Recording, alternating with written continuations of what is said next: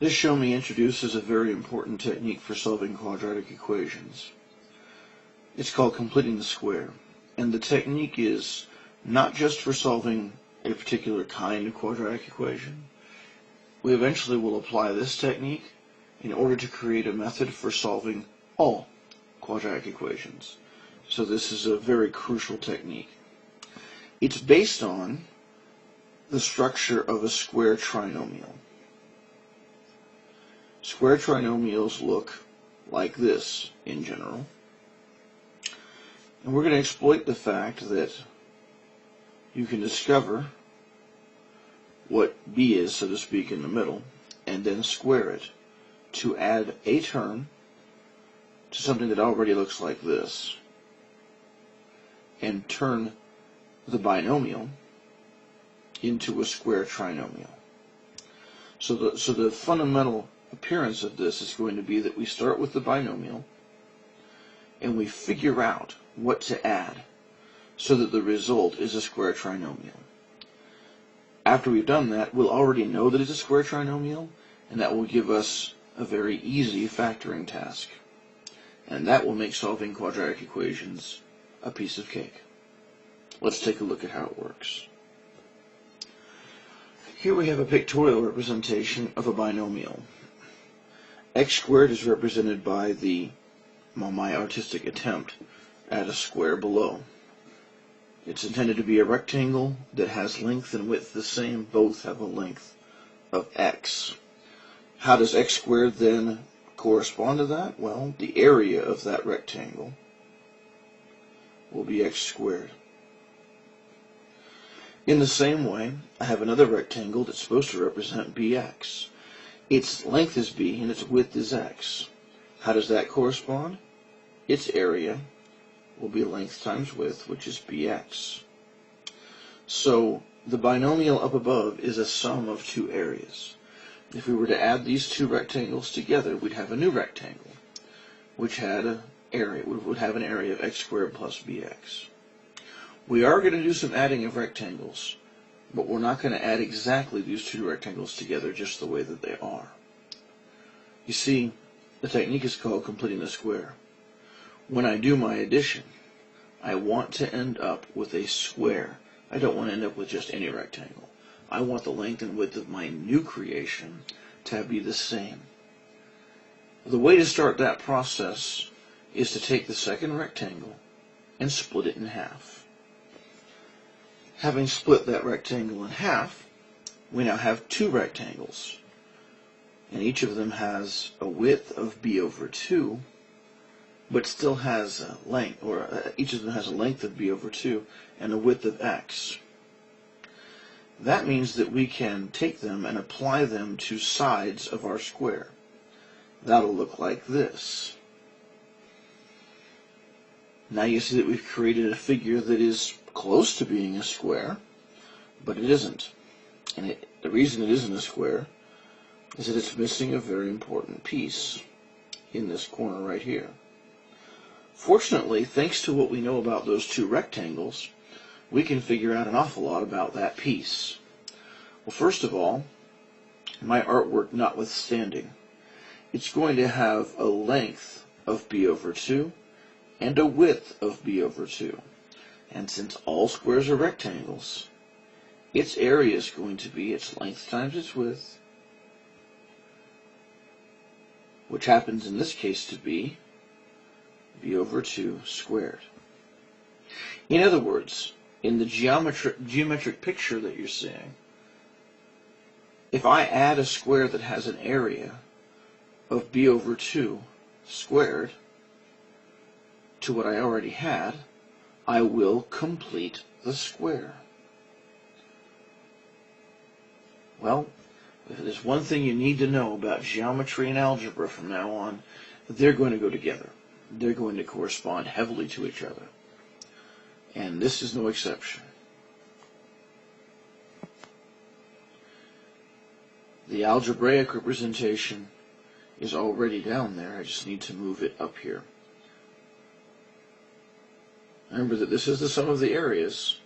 So if the area of that new little rectangle that I added is going to be the quantity b over 2 squared, then that's what I've got to add to my binomial.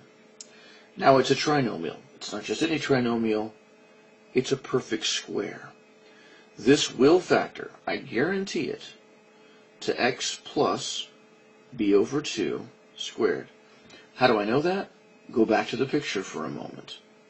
What are the dimensions of the new square? Well, in part, this is x, because that matches the side of the old x squared that we had. But it's going to be longer than that now. It's been made longer by b over 2. So the length of that is x plus b over 2. And going across the other dimension, same thing is happening. Here's x, here's b over 2. So the entire width of this figure is x plus b over 2.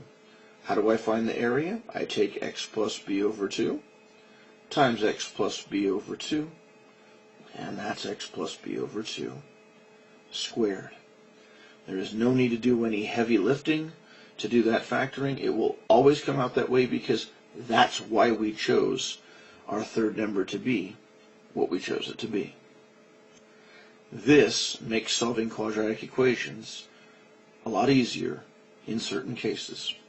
Let's take a look at how that works. This equation cannot be solved by factoring. A is 1, C is negative 1, AC is negative 1, B is 6. If you wanted to factor this, the question you would have to answer is, what pair of factors of negative 1 has a sum of 6? And in the obvious realm of the rational or integer numbers, we can't figure that out. Or if you can, you're prodigiously better than I am. In fact, I don't think it's going to be an integer at all in this case. The important thing is that there is no obvious such pair of numbers, so we're not going to use factoring to solve this.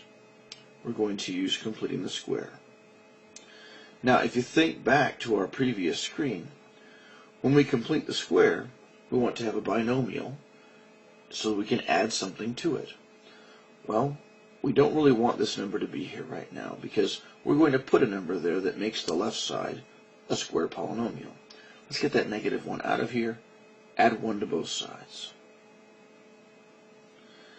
Now, if you think back to our previous screen, you remember we're adding on b over 2 squared. Well, in this polynomial equation, b is 6. 6 over 2 is 3. 3 squared is 9.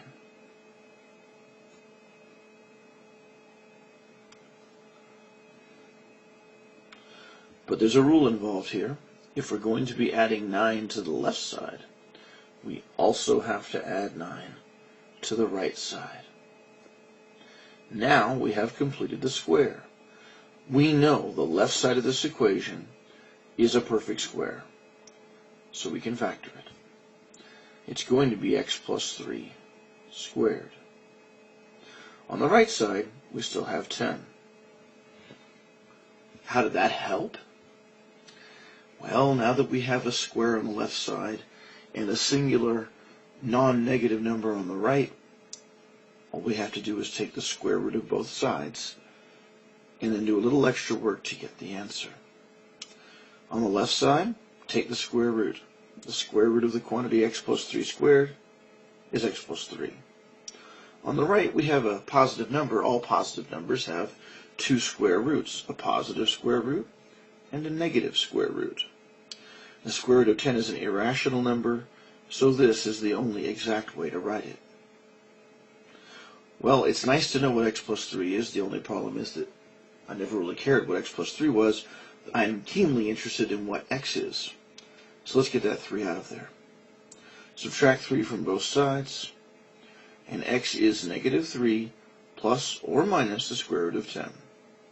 That's two values. If you wanted to calculate or approximate them, you would take up a calculator or a table of values and find out what negative 3 plus the square root of 10 is, and also what negative 3 minus the square root of 10 is. and those would be your solutions. Why is that so cool? Well, think back. We have a factoring method, and we can solve some equations using patterns, like square patterns or difference of squares. We can solve some equations if there is no middle term, if there is no b, or if b is 0 technically. We couldn't solve this equation until we learned to complete the square.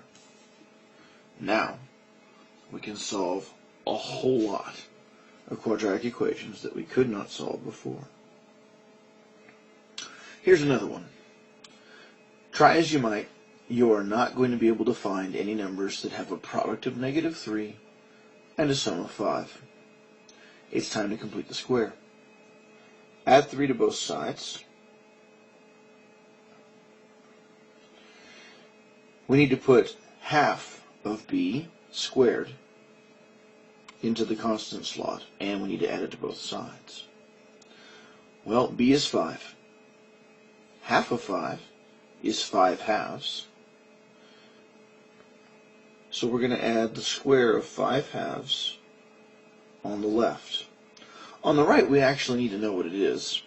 The square of 5 halves is 25 fourths. The reason we don't have to know exactly what it is on the left side is that we're going to factor it anyway. We know that this will factor to x plus 5 halves. On the right side, we need a common denominator. That would be 12 fourths plus 25 fourths.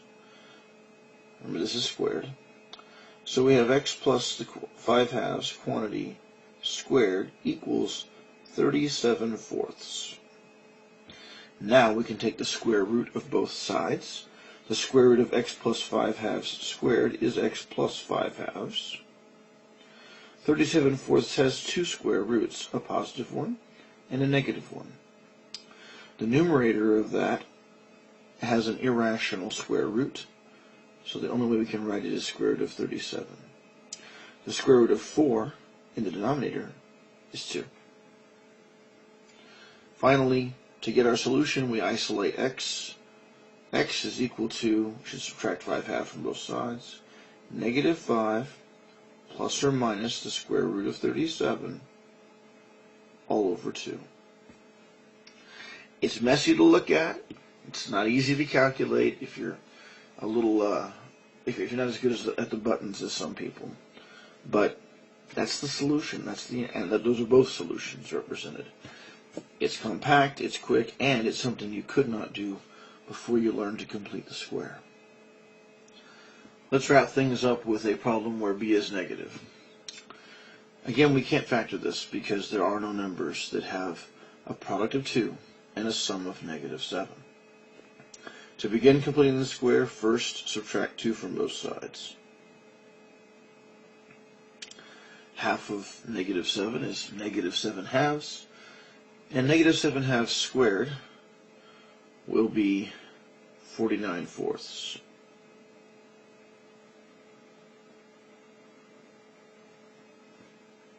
On the left side, we know this factors to x minus 7 halves squared. On the right-hand side, we need a common denominator, which would be -8. And if we add those two fractions, we have 41 fourths. Take the square root of both sides. We have x minus 7 halves. Positive numbers have two square roots, a positive and a negative. 41 square root is irrational, but the square root of 4 is 2.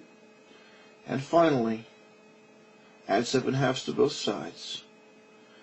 And we have 7 plus or minus the square root of 41 all over 2. Again, messy, but still, you could find an answer now. You could not have done that before you knew how to complete the square. I hope that helps. It's a very important technique. You need to practice it substantially. And remember, we're going to be using this technique to discover a method for solving all quadratic equations in one variable.